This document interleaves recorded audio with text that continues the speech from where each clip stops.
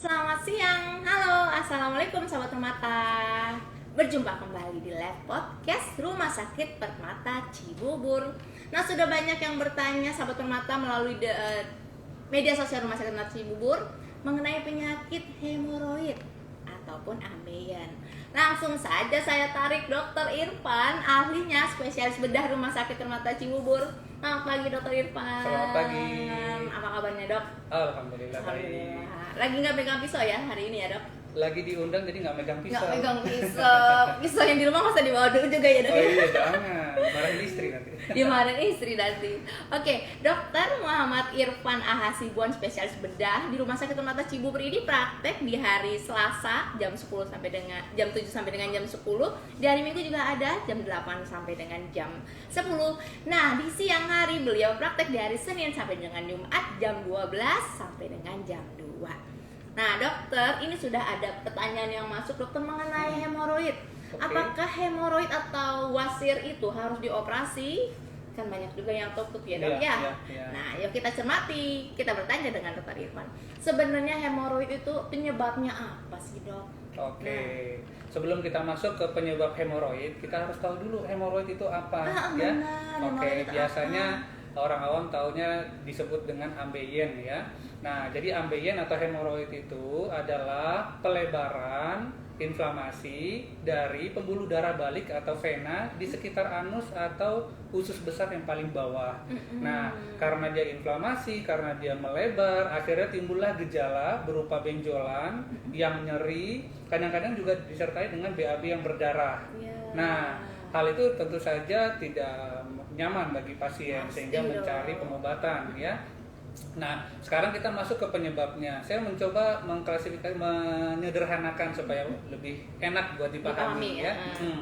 Jadi ambeien itu kalau kita coba klasifikasi, yang pertama karena faktor habit atau faktor gaya hidup. Oh, gaya hidup. Oke, yang kedua karena faktor ya bawaan atau yang tidak bisa dirubah ya. Kemudian ada yang ketiga, mix campuran antara nomor 1 dan nomor 2, dan yang keempat karena penyakit medis tertentu. Oke, kita bahas yang pertama dulu, habit.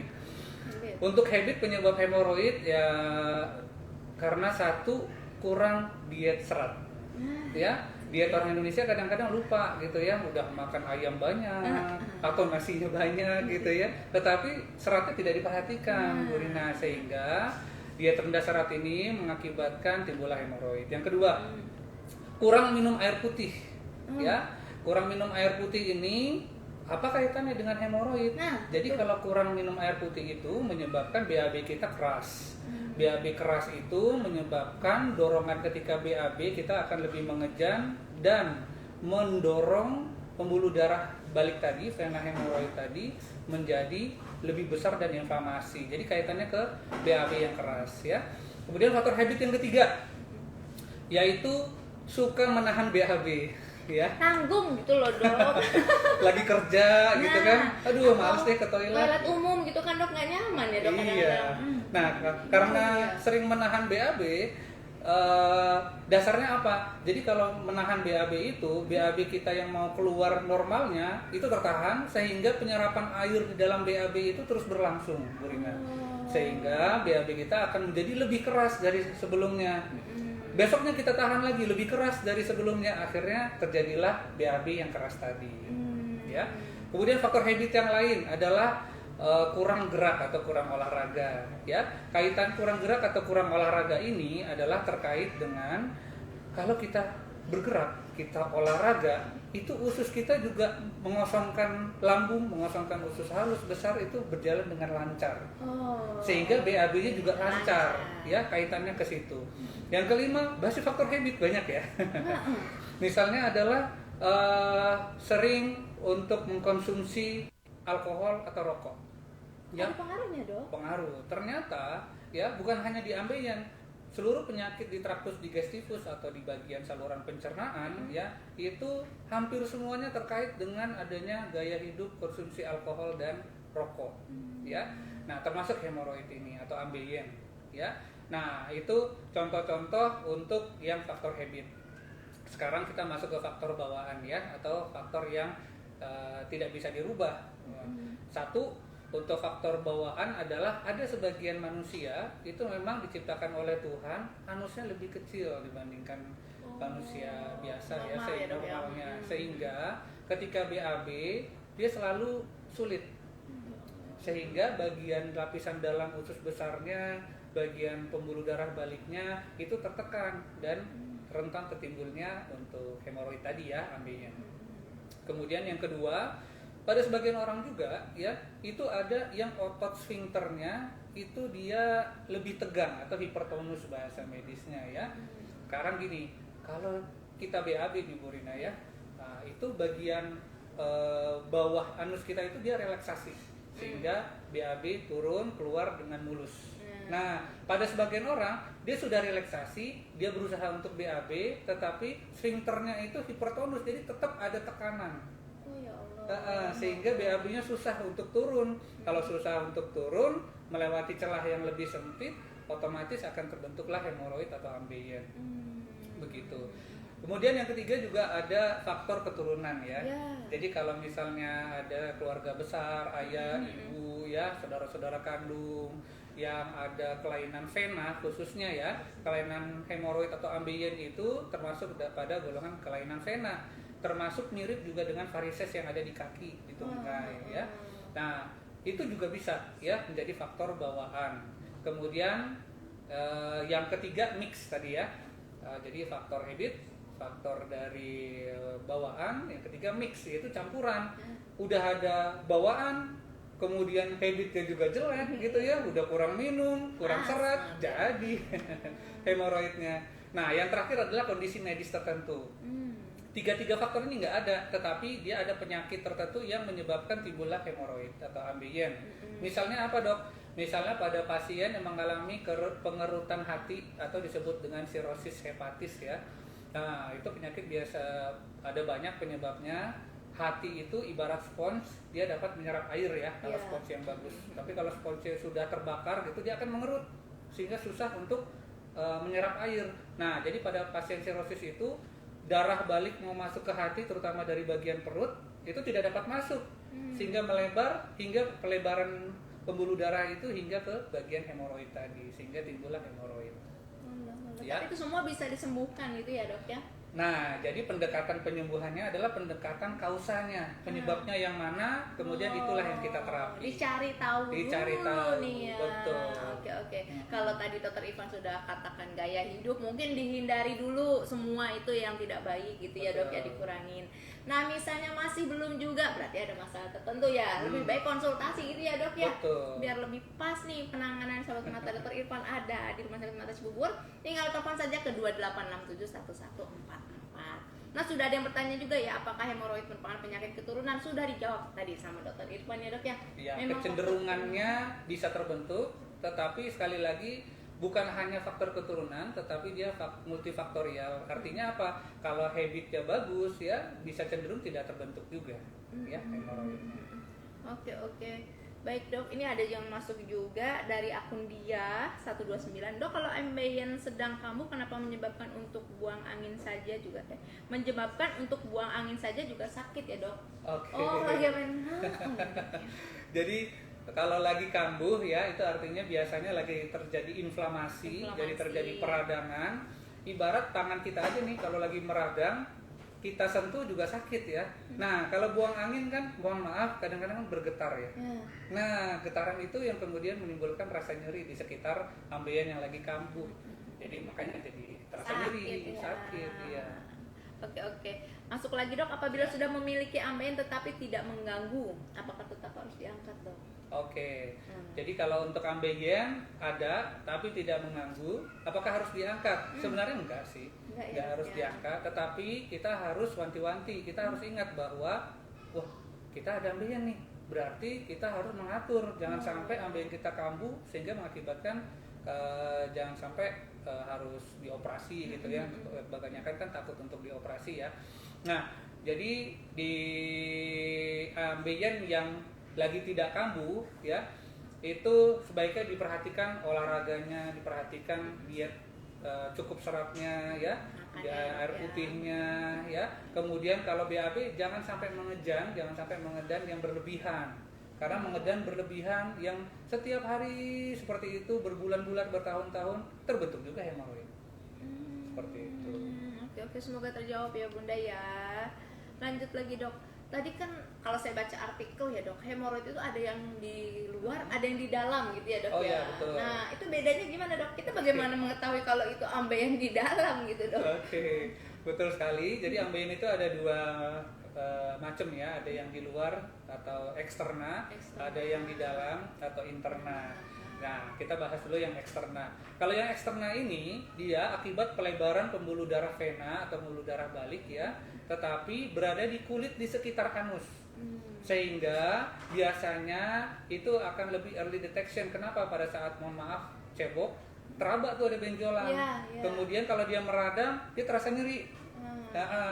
Nah, itu kalau yang eksterna, dia berada di luar. Kalau dia berada di luar, maka tidak mungkin dapat didorong masukkan, itu nggak mungkin, karena emang dia berada di luar, ya. Nah, yang kedua adalah hemoroid atau ambeien yang interna di dalam. Kalau ambeien yang di dalam atau interna ini, itu ada 4 grade, ya 1, 2, 3, 4. Nah, grade 1 biasanya, kita mulai dari umum dulu ya. Yang interna itu biasanya tidak nyeri, Bapak Ibu sekalian ya, pemirsa. Kenapa? Biasanya painless dia, benjolannya berada di dalam, ya. Nah, kemudian dibagi 4, grade 1 yaitu benjolannya tidak ada, tidak teraba, biasanya gejalanya hanya BAB berdarah, gitu ya. Kalau grade 2 itu ada benjolan yang keluar dari dalam anus, setelah BAB dia masuk kembali, istilahnya masuk spontan, ya. Nah, kalau yang grade 3 BAB dia keluar dari dalam anus, untuk mengembalikannya perlu didorong manual. Nah, itu yang grade 3. Yang grade 4 dia selalu berada di luar, ya, permanen. Nah, grade 1, grade 2 itu masih bisa dengan obat ya. Bisa diobati ya. Kalau grade 3, grade 4 angka kegagalan obat-obatan biasanya tinggi. Jadi biasanya disarankan untuk operasi. Khusus untuk grade 2 meskipun bisa dengan obat-obatan pada pasien tertentu ya, yang kemudian pertimbangan untung ruginya lebih besar, itu udah bisa dioperasi sih.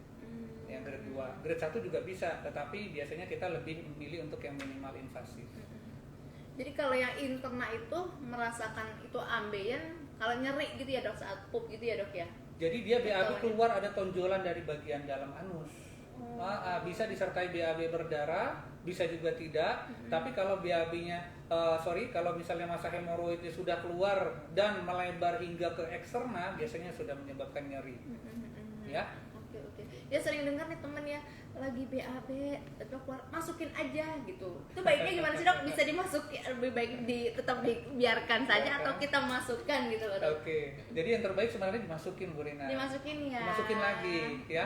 Kenapa? Karena semakin lama masa hemoroid itu berada di luar anus ya, dia akan menjadi semakin membengkak, semakin membesar, semakin terasa nyeri ya. Akhirnya kalau sudah sangat-sangat bengkak, pasien tersebut, orang tersebut akan sulit untuk BAB, sulit buat buang angin ya, gitu. Jadi lebih baik ya coba kalau bisa ya. dimasukin. Tapi kalau tidak bisa dimasukin dan sudah terasa nyeri, segera ke rumah sakit ya. Kita perlu reduksi, kita perlu masukin. Karena normalnya bagian dalam lapisan usus itu kalau dia berada di luar, dia akan kering dan dia rentan untuk terjadi infeksi, terjadi bengkak. Karena normalnya kan dia dilapisin oleh cairan mukus dari lendir-lendir dari usus ya. Oke. Soalnya ada yang banyak takut ya kalau dioperasi itu ya, kan ada ini dok pengalaman rekan kita ya. Sehabis dioperasi itu produktivitasnya menurun, penyembuhannya lama gitu dok. Jadi kan takut, malah dikatakan malah lebih sakit dari sesarnya. Emang bener ya dok ya? Jadi sakit itu sih sebenarnya relatif ya, karena ambang batas nyeri setiap orang itu berbeda ya. Nah mungkin yang kalau tidak nyeri kan biasa pasien lebih cenderung untuk diem aja ya. Tapi kalau nyeri mulai deh, saya terasa nyeri. Nah mungkin itu yang kemudian sebagian besar pemirsa mengetahui yang pasien-pasien yang nyeri tadi ya. Nah di kita ada berbagai macam teknik ya untuk operasi hemoroid ya, baik itu yang lebih sedikit konvensional yang tidak terlalu nyeri ya, atau yang mayor gitu, yang besar ya. Nah termasuk di dalamnya misalnya Untuk grade 1, grade 2 kita bisa mulai dengan skleroterapi atau dengan rubber band, jadi diikat. Jadi hemoroid itu kan tonjolan ya, tonjolannya diikat dengan sejenis seperti karet dengan maksud pembuluh darahnya tidak lancar menuju ke hemoroidnya, sehingga hemoroid ini akan membiru, menghitam dan akhirnya copot sendiri ya. Itu yang non-invasif. Itu nggak operasi itu ya dok ya? Termasuk jenis operasi tetapi ringan lah, nggak terlalu operasi berat. Itu yang disebut itu ya dok, lira ya apa dok? Kalau di artikel tuh kemarin kita baca apa ya, lira ya apa? Apa yang pila? Pila, oh lira pila. Nanti sekalian kan ada yang nanya juga tuh, coba pila aja pila. Tanya Pak Irfan. Oke, pila itu sebenarnya teknik gabungan ya, ditemukan oleh salah satu ahli bedah orang Indonesia loh, dari orang Indonesia. Ya, dia mengkombinasikan antara skleroterapi dengan rubber band ligation atau diikat dengan karet ya. Ada alat khusus, jadi ketika sudah diikat dengan karet bagian hemoroidnya, itu disuntikin agen-agen sklerosan. Sklerosan itu adalah zat atau obat yang mengakibatkan pembuluh darahnya jadi mengerut atau shrinkage ya, dia mengerut, sehingga akan mempercepat proses kematian dari hemoroidnya itu untuk copot. Jadi kalau sebagai perbandingan, rubber band itu copot kisaran di hari ke-10 ya ketika diikat. Nah, kalau dengan ditambah dengan sklerosan itu kurang lebih hari ke-4 sampai 6 dia copot. Tapi selama 10 hari nggak perlu bed rest di rumah sakit kan dok? Oh enggak ya, jadi bisa di rumah juga gitu bisa ya? aktivitas. Oh bisa, oh tetap bisa aktivitas. Aktivitas, nanti ketika BAB dia copot sendiri karena pembuluh darahnya sudah diikat ya. Oh oke. Ada lagi dok, apa lagi dok? Nah, Harmonik kemudian tuh dok katanya dok. Banyak ya? nyebut merek ya. Oh iya, coba merek. Jadi itu kalau yang tidak terlalu operasi yang tidak terlalu besar ya. Nah, tetapi ada operasi yang memang harus diindikasikan, terutama pada pasien yang sudah ada ambeien, tapi disertai dengan kelainan yang lain. Misalnya dia ada ambeien tapi anusnya kecil, dia ada ambeien tapi ototnya hipertonus ketat. Nah, dia ambeien tetapi ada nanahnya di samping sekitar anusnya atau kita sebut dengan abses perianal. Dia ada ambeien tapi di sampingnya ada saluran yang menghubungkan antara usus besarnya dengan kulit, kita sebut dengan fistula ani ya. Nah itu nggak mau tetap harus ke operasi. Nah operasi atau yang kita sebut dengan hemoroidektomi ya, itu ada yang dengan cara yang open yang standar, ada cara yang close dijahit. Untuk yang open mulai yang paling sederhana digunting atau dengan menggunakan cauter, electrocauter, atau dengan menggunakan vascular device ya, vascular shield device, salah satunya tadi sudah kesebut Harmon ya, ada juga Liga gitu ya, tergantung. Jadi kalau kita pakai alat tersebut kita dapat memotong sekaligus menutup pembuluh darah, jadi operasinya lebih bloodless. Enak Ya. Jadi nyerinya lebih kurang dok? Nyerinya lebih sedikit ya. Tapi memang ya tetap saja nyeri ya. Tapi nyerinya tidak terlalu. Kenapa? Karena pemirsa juga, pasien biasanya juga kita edukasi bahwasanya namanya operasi hemoroid yang dikatakan juga nyeri minimal, sebenarnya tidak ada sedikit kadarnya nyeri ya. Kenapa? Karena kita melakukan operasi di area yang dilewati oleh kotoran setiap harinya. Ya, kalau kita ada luka di tangan, luka di kaki, ya tinggal diperban aja, selesai. Tapi kalau di bagian anus gimana? Apakah kaki harus diperban, kita nggak boleh kentut, nggak boleh BAB, kan nggak mungkin. Jadi ketika dilewati pasti ya ada ala kadarnya yang terasa nyeri. Iya, oke. Gitu. Paling berapa hari hilangnya tuh dok? Biasanya nyeri itu di kisaran 3 sampai 7 hari pertama biasanya. Tetapi pasien saat pulang juga kita bekali dengan obat nyeri sehingga di rumah akan lebih nyaman ya. Selain obat nyeri ada antibiotik, ada juga obat untuk pelunak kotoran ya, sehingga kotorannya tidak sampai keras. Sambil juga kita edukasi untuk diet tinggi serat dan minum air putih yang cukup. Oke. Siap. Semoga terjawab ya. Masya Allah banyak sekali ya metodenya ya. Ini masih berhubungan ya dok ya, dari akun Ananda. Dok katanya banyak yang bilang operasi hemoroid paling sakit melebihi dari SC. Nah, tadi saya bilang, apakah benar dok dan mengapa? Katanya sih banyak saraf-saraf ya dok ya. Ya, di anus itu, terutama di bagian anus yang dekat kulit, itu banyak saraf ya. Area perineum atau area urogenital atau area di area anus dan kelamin, tentu saja situ banyak sarafnya ya. Lebih banyak saraf dibandingkan dengan area lengan, di area kaki. Sehingga kalau ada luka di area sana tentu saja akan lebih berasa sakit. Sedangkan untuk luka sesar dia berada di bagian perut yang di bagian bawah ada sih saraf nyerinya tapi tidak sebanyak seperti di area urogenital atau di area kelamin. Alasan karena itu karena sarafnya banyak. Nah, sehingga dari waktu ke waktu dokter-dokter bedah seluruh di dunia itu memikirkan bagaimana cara operasi ambeien tapi nyerinya minimal ya. Nah, jadi timbullah berbagai macam teknik. Berbagai macam teknik ini juga ada untung dan ruginya. Ada yang nyerinya minimal tetapi angka residifnya atau muncul laginya lebih tinggi dibandingkan teknik yang lain gitu ya. Sehingga bagaimana menentukan teknik yang cocok adalah dengan cara mengkomunikasikan dengan dokter bedahnya, hubungan antara dokter dan pasien dibeberkan dengan teknik-teknik apa saja yang bisa menjadi pilihan, lalu pasienlah yang akan memilih. Yang terbaik dan yang nyaman Iya, untuk dia ya dok nyaman, ya. ya. Siap. Oke, akun lagi dari Firly, dokter, mitos atau fakta? Benarkah ada informasi terkait bila kita sudah pengangkatan hemoroid ini, Ya. produktivitas menjadi menurun, mudah lelah, mudah sakit? Oke. Sebenarnya sih itu mitos ya, bukan Mitos ya. mitos. Jadi hemoroid itu adalah fase atau anyaman dari pembuluh darah balik vena. Jadi karena dia pembuluh darah balik vena yang melebar, yang melar, yang inflamasi, pembuluh darahnya dipotong. Tidak ada kaitannya dengan imunitas. Nggak ada ya dok? Nggak ada kaitan dengan imunitas. Jadi yang merasa kok jadi lebih lemas, kok merasa jadi lebih ini. Mas kebetulan aja kalau dia dok ya banyak aktivitas, banyak kerjaan, jadi nggak ada hubungannya. Bener gitu ya dok ya. Betul, banyak pekerjaan aja kita bisa jadi lemas ya, apalagi akhir bulan bisa juga jadi lemas ya. Aduh ya bener tuh pasti. Kalau sekarang Iya. masih seger-seger dok. Wah, lagi seger-seger ya, Lagi udah mau seger-seger. ini. Lagi happy tuh kayak Mbak Aura, lagi happy-happynya. Oke dok, nah mau tanya juga nih pengalaman pribadi dok, kenapa ya habis sesar malah justru hemoroid tuh? Habis melahirkan malah Oke. justru hemoroid. Oh. Padahal lahirannya sesar loh dok, bukannya kalau normal kan Iya. wajar ya. Iya. Dan tuh kenapa dok? Oke, bagus nih pertanyaannya. Jadi hemoroid itu juga salah satunya banyak pada wanita hamil ya dan postpartum atau setelah melahirkan. Kenapa? Karena pada wanita yang sedang hamil ya, kita bicara yang pas saat hamil dulu, itu komposisi cairan di dalam tubuh seorang wanita hamil tersebut itu lebih tinggi. Yang kedua, kemudian pembuluh darah di bagian pelvis, di bagian panggul ya, itu mau tidak mau dia akan kompromis atau akan sedikit tertekan dengan adanya janin. Ya.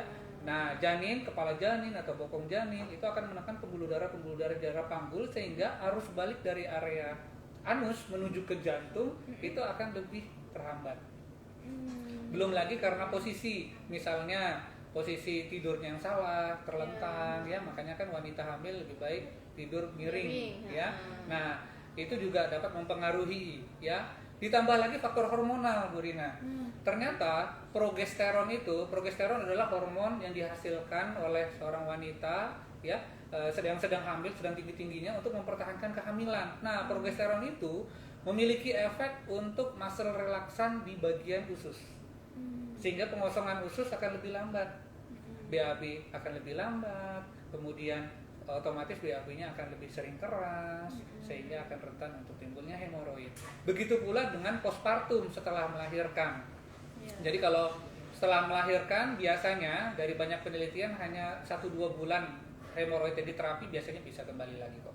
Oh gitu. Iya. Jadi tidak selalu operasi. nggak selalu operasi Tidak ya dok selalu ya, operasi. lebih baik melakukan konsultasi dulu ya Iya. dok ya. Karena kan sesar lahirannya apa hubungannya sebenarnya logikanya ya dok. Kalau normal kan wajar lah mengedan ya dok. Iya. Itu ternyata lanjutan. itu loh sahabat. Itu lanjutan dari kehamilannya. Yang tadi faktor risiko 3 tadi yang udah saya sebutkan ketika hamil. Siap. Oke, jadi ikutin tips dokter. Kayaknya kita harus bikin artikel nih untuk ibu-ibu hamil ya. Untuk menghindari pada saat melahirkan akan ada masalah baru lagi gitu ya dok ya. Kita buat artikel, bagus sekali ini. Oke, Lanjut lagi dok, sudah ada yang bertanya Oke. akun dari siapa tadi, Bayu.arjitrojoko. Izin bertanya dokter, istri saya habis operasi ambeien namun sekarang masih ada sisa benjolan. Apakah harus dioperasi lagi dokter? Namun tidak ada keluhan saat ini, hanya mengganggu saja. Oh, udah Oke. dioperasi masih benjolan dok. Oke. Ya, jadi pasca operasi hemoroid kemudian ada benjolan lagi. Sebenarnya benjolan lagi itu mesti diklasifikasikan dulu Bu Rina. Apakah itu benjolan hemoroid yang kembali muncul atau kadang-kadang benjolan yang hanya sifatnya istilah medisnya itu skin tag ya, kulit sisa. Oh, kulit Ya. sisa. Nah, kalau operasinya baru kurang lebih di bawah 3 bulan, biasanya luka itu masih mengalami penyembuhan. Nah, luka yang mengalami penyembuhan itu kadang-kadang memang teraba sebagai benjolan, tetapi dia akan bisa resolusi pelan-pelan mengecil dengan pengobatan. Jadi tidak harus dioperasi. Diberikan obat-obatan itu termasuk bukan hanya obat minum, tetapi obat yang dioles di bagian anus juga termasuk yang harus direndam di, istilahnya itu sitz bath ya, direndam di air PK ya, permanganterium. Nah, itu ada tekniknya sendiri sehingga dengan pendekatan multiple ya, termasuk juga memperbaiki habit, itu akan mengurangi atau mengecilkan sisa-sisa tadi. Gitu. Jadi nggak selalu masalah gitu ya, apalagi nggak mengganggu nih Ya, ibu betul, istrinya Pak betul. Bayu ini ya, nggak mengganggu, nggak apa ya gitu ya dok ya. Dan beberapa teknik operasi juga memang kadang-kadang menimbulkan skin tag ya. Skin tag atau kulit sisa itu ya, selama tidak mengganggu sebenarnya tidak apa-apa. Karena apa? Tujuan utama dari operasi hemoroid selain mengambil hemoroidnya adalah supaya tidak BAB berdarah atau mengalami inflamasi kembali. Nah, kadang-kadang masih ada kulit-kulit sisa yang itu hanya sifatnya ketidaknyamanan ketika membersihkan pasca BAB, gitu aja ya. Tapi memang bisa maaf sakit lagi gitu ya dok ya, kalau udah diangkat berpeluang untuk bisa sakit lagi. Kalau dia benjolannya itu masih berupa hemoroid, mungkin bisa. Beberapa teknik tertentu itu bisa kambuh lagi. Ya, beberapa teknik tertentu ya. Makanya ya tadi dokter Irfan katakan gaya hidup itu, pola makan ya dok, cairan ya dok ya, harus dijaga walaupun sudah pengangkatan gitu ya dok ya. Betul. Oke. Lanjut lagi dokter. Apakah penyebab penyakit hemoroid bisa dari makanan atau minuman? Oke. Nah, apa saja yang harus dihindari misalnya dok? Oke. Apakah bisa dari makanan dan minuman? Jawabannya ya bisa ya. Kita balik dulu dari minuman. Dari minuman tadi salah satu habitnya adalah kurang minum air putih. Oh iya, air putih. Iya, sehingga BAB-nya keras, menimbulkan ambeien ya. Kemudian minuman apa lagi yang bisa menyebabkan ambeien? Yaitu minuman-minuman yang mengandung alkohol ya. Itu bisa mengakibatkan ambeien itu sendiri ya. Kemudian untuk makanan, dari beberapa penelitian makanan-makanan yang pedas ya itu dapat menimbulkan ambeien juga ya, baik itu makanan pedas menimbulkan BAB yang keras atau makanan yang pedas itu menimbulkan diare yang kronik atau apa istilahnya mencret ya. Mencret kronik juga bisa menyebabkan timbulnya ambeien. Jadi secara nggak langsung apa yang kita makan, pilihan apa yang kita minum ya, itu berdampak pada kesehatan diri kita secara tidak langsung. Jadi secara lebih bijaksana memilih komposisi makanan apa yang akan kita konsumsi tiap hari. Oke. Jadi jangan ya, sahabat mata jangan mengkonsumsi yang tidak sebaiknya. Tapi tadi dokter katakan kurang air putih. Memang nggak bisa digantikan dengan cairan lain dok. Misalnya ada yang nggak terlalu suka air putih ya, tapi teh, susu itu nggak boleh gitu dok. Teh, susu, kopi atau minuman yang lain yang berwarna ya selain minum air putih sebenarnya boleh-boleh saja selama tidak ada kontraindikasi ya. Misalnya kebanyakan orang minum kopi, minum teh dibarengin dengan gula pasir ya. Nah, sebenarnya minum teh kopinya itu kalau nggak ada sakit lambung atau penyakit tertentu silakan saja, tetapi dengan konsumsi gula yang berlebih akan timbul masalah lain. Hemoroidnya enggak, tapi masalah lainnya timbul. Itu kemudian ya. Intinya adalah kapan dibilang minum air putih kita cukup, itu dulu deh. Jadi minum air putih kita cukup itu kebanyakan kan dibilang 8 gelas per hari, 8 gelas per hari. Sebenarnya nggak sesederhana itu Ferguson ya kan. Wah, istilahnya Mbak Dinum dipakai ya. Nah, jadi minum air putih itu patokannya bukan 8 gelas. Jadi patokan minum air putih itu adalah tergantung usia, tergantung aktivitas kita, ya. Pada aktivitas yang berat maka nggak mungkin dong kita harus batasin hanya minum 8 gelas per hari, ya. Secara sederhana dan visual, kalau kita kencing, kita buang air kecil, warna urin kita itu kuning, agak kental, itu kita kurang minum air putih. Minum segera, ya. Nah, kalau kemudian air seni kita putih jernih ya, atau hanya sedikit kekuningan, mungkin itu cukup. Ya. Jadi jangan berpatokan pada 8 gelas per hari. Jadi bukan acuan gitu ya. Bukan Kebutuhan acuan. manusia beda-beda gitu kali ya, Dok ya. Cuman kan kadang-kadang untuk edukasi masyarakat, kalau tergantung aktivitas itu sulit diterjemahkan dengan pikiran masing-masing. Jadi secara simpelnya udah 18 gitu. Jadi maksudnya sebenarnya adalah untuk memudahkan, walaupun secara spesifik sebenarnya tidak cukup untuk orang-orang tertentu 8 gelas itu. Oke, siap. Nah, kalau ambeien sedang meradang nih, Dok, pertolongan pertama apa yang harus kita lakukan di rumah, Dok? Sebelum ke dokter gitu, Dok. Ya. Oke, jadi langkah apa yang dapat dilakukan di rumah ketika ambeien lagi meradang adalah dapat dilakukan kompres dingin. Oh, bukan kompres hangat justru ya, Dok ya. Itu yang pertama dulu. Nanti dulu. Dingin. Oh, belum ya. Kompres dingin, bisa kompres dingin, ya. Dan ini sudah ada penelitiannya dan bisa bermanfaat. Yang kedua, direndam atau dikompres dengan yang air hangat, ya. Hangatnya hangat-hangat kuku. Jadi antara dingin dan hangat nggak usah diperdebatkan, dua-duanya juga ada maksud. Bisa dua-duanya. Jadi kalau dikompres dingin, dikompres hangat, silahkan memilih yang mana yang lebih nyaman, ya. Kemudian bisa minum obat-obat analgetik yang tersedia di rumah yang dapat dibeli bebas, misalnya paracetamol dengan berbagai merek ya.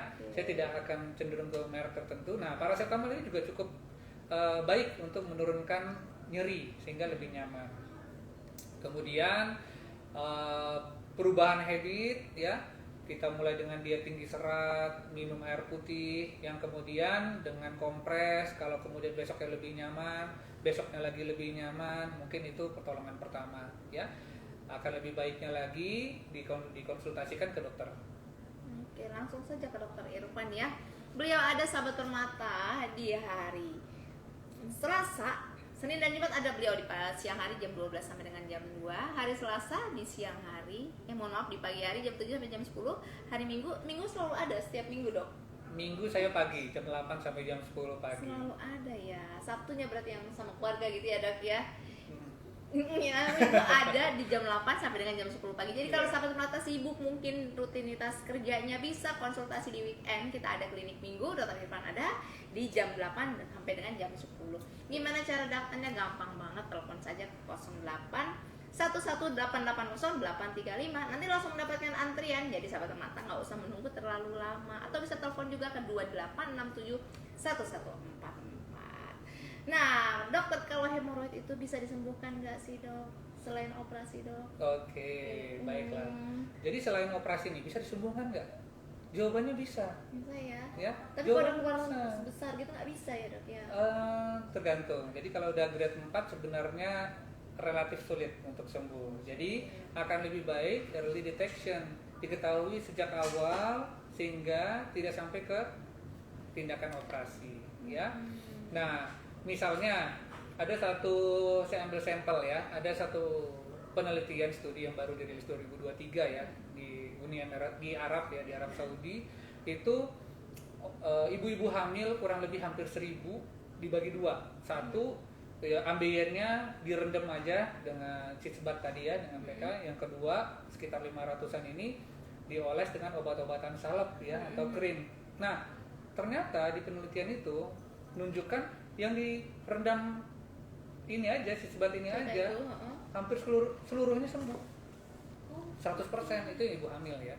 Nah, yang dioles dengan krim itu sekitar 84%-an yang sembuh. Sisanya masih ada kambuh, memerlukan tindakan lebih lanjut. Artinya apa? Jadi dengan pengobatan biasa saja, yakinlah memang hemoroid bisa sembuh ya. Tetapi saya kasih note, kalau dia hemoroid grade berapapun 1, 2, 3, 4 kemudian disertai dengan kelainan yang lain, maka sebaiknya dikonsultasikan dengan dokternya. Kenapa? Biasanya butuh operasi.